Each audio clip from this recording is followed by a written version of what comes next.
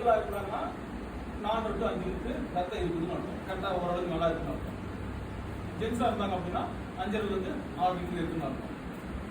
ஒரு எம்எம் கம்மியா இருக்குது, அதாவது சுண்டுவர்களோட அளவு இந்த கோட்டை விட கம்மியா இருக்குது அப்படின்னா அவங்களுக்கு ரத்தத்தோட அளவு கம்மியா இருக்கணும், இயற்கையாகவே இருக்கணும், கம்மியா இருக்கணும். சரிங்களா? அவங்களுக்கு எதிர்காலத்துல இப்ப இல்லைனாலும் கூட பிபி வர்றதுக்கான லோ பிபியோ பிபி வர்றதுக்கான வாய்ப்புகள் இருக்கு. இதை வச்சு இந்த மாதிரி வச்சு நம்ம சொல்லிக்கலாம். சரிங்களா? அப்ப அது சமப்படுத்துறதுக்கு என்னன்னா ரத்த சம்பந்தப்பட்ட விஷயத்துல நம்ம காய்கறிகள் நிறைய இருக்கு. ஒரு எம்எம் அதிகமா இருந்துச்சுன்னா எப்பவுமே சுறுசுறுப்பா இருப்பாங்கல்ல, ஆக்டிவா இருக்கிற மாதிரி இருப்பாங்கல்ல, அவங்களுக்கு எல்லாம் பாத்தீங்கன்னா நடிகர் ரஜினிகாந்த் பாத்தீங்கன்னா அவருக்கு எம்எம் கூட இருக்கிற மாதிரி, அவர் எப்பவுமே அவரோட படத்துல பார்த்தீங்கன்னா வேகமா நடக்கிற மாதிரி இருக்கும். அவர் 24 வயசு ஆயிடுச்சு, இந்த வயசுல அவர் என்ன பண்றாரு, வேகமா நடக்கிறார் இல்லையா? நம்மளால 40-45 வயசுக்கு முடியல அப்படின்னா அவங்க மட்டும் எப்படி வேகமா நடக்காரு அப்படின்னா அவங்களாம் ஒரு எம்எம் கூட இருக்கும். ஸோ அவங்களோட ஆக்டிவிட்டிஸ் எப்பவுமே கூட இருக்கும். அதாவது கரெக்டாக அவங்க உடம்புலாம் 5 to 6 லிட்டருக்கு மேலதான் ரத்தம் இருக்கிற மாதிரியே இருக்கும். ஓகே, இப்போ நம்ம கையில் எதுக்கு விரல் போடுறோம், அது வளையல் போடுறோம் சொன்னோம், கயிறு கட்டுறோம் சொன்னோம், இதுவும் பிபிக்கான தான். இப்போ வயசானவங்க இருக்காங்க இல்லையா, அவங்கள நம்ம கையை பிடிச்சு ரோடை கிராஸ் பண்றோம் அப்படின்னா அவங்க மெதுவாக வந்துட்டே இருப்பாங்க. ஆனா கையை பிடிச்சு நம்ம கூட்டு போறப்ப நம்ம வேகத்துக்கு தகுந்த மாதிரி வேகம் வராங்க. ஏன்?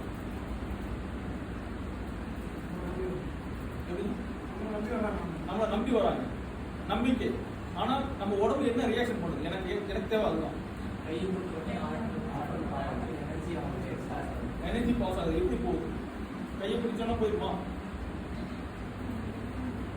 இங்க வாதம், பித்தம், கபம் சொல்லக்கூடிய 3 நாடிகள் இங்கதான் வந்து போயிட்டு இருக்கு.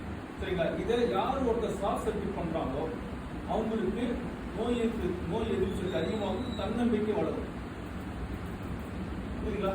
நோய் எதிர்ப்பு சக்தியும் அதிகமாகும், தன்னம்பிக்கை வந்துடும். இப்ப நம்மள ஒருத்தர் பாதுகாப்பா பிடிச்சிட்டு வராங்க அப்படின்னு நம்பிக்கை வந்த உடனே நமக்கு அந்த மாதிரி வேகமாகும். சரிங்களா? அதுவே குழந்தைகள் இருக்காங்க இல்லையா, துளி குச்சிட்டு வர குழந்தைகள் இருப்பாங்க, அவங்க ஓடிவாங்க நமக்கு முன்னாடி ரோடு கிராஸ் பண்றாங்க, டப்புன்னு அவங்க கையை பிடிச்சா என்ன பண்ணுவோம், நின்னுறாங்களா? அப்பவும் நம்ம ஸ்பீடு தகுந்த மாதிரி வராங்க. அப்ப ரத்த ஓட்டம் என்ன பண்ணுன்னா சமநிலைப்படுதா?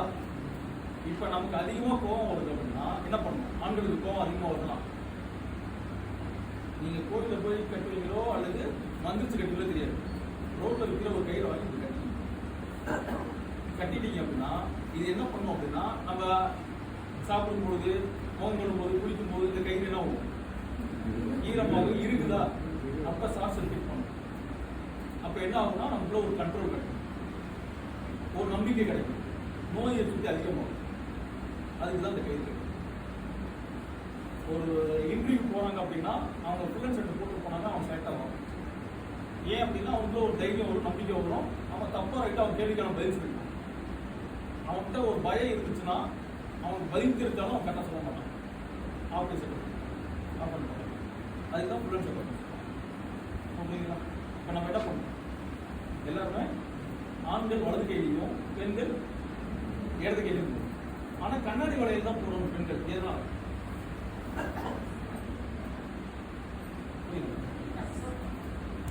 வீட்டை அப்சர்வ் பண்ணணும், வீட்டை ரிசீவ் பண்ணணும். சில பேர் ஃபேன்சியா போடுறாங்கல்ல பிளாஸ்டிக் வளையல்லாம், அது போடலாமா? அப்போ மெட்டல்ல போடலாமா? தங்கத்தில் போடலாம் இல்லையா?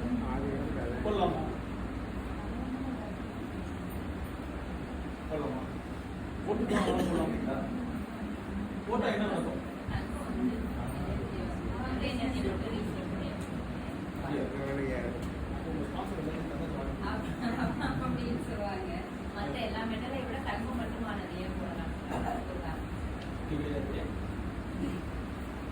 பிளாஸ்டிக் வந்து உங்களுக்கு ரெசிஸ்ட் பவர் கொடுக்கும், தடுத்து நிறுத்திடும். உங்களுக்கு வரக்கூடிய எனர்ஜியை ரிசீவ் பண்ண விடாம, இந்த வாதத்தை கப்பத்தை ஷார்ட் சர்க்யூட் பண்ண விடாம அந்த மெட்டல்ல போடுறதுலாம் பார்த்தீங்கன்னா என்ன ஆகும்? அதனாலதான் நிறைய பேருக்கு யூட்ரஸ் பிரச்சனைலாம் வரும்.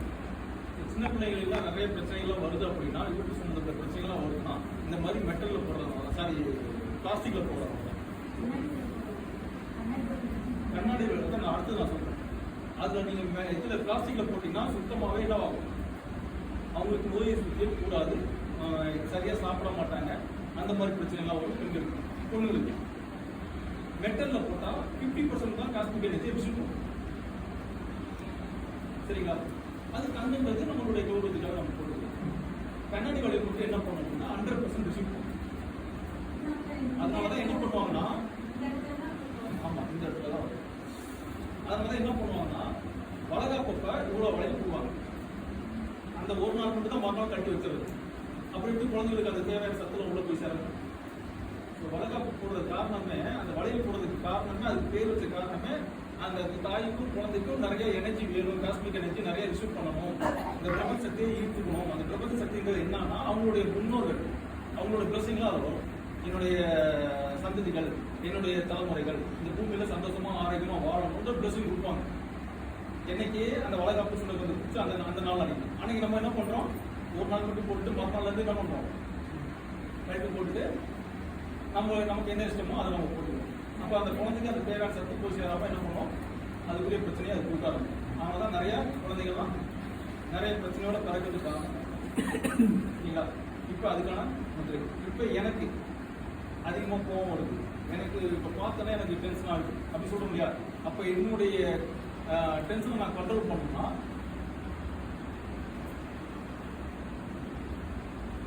இந்த 4 வருடம் இல்லைங்களா, இந்த 4 வருடம் இந்த 3 பாதத்தை கப்பத்தை நான் என்ன பண்றேன், இப்படி வச்சுட்டு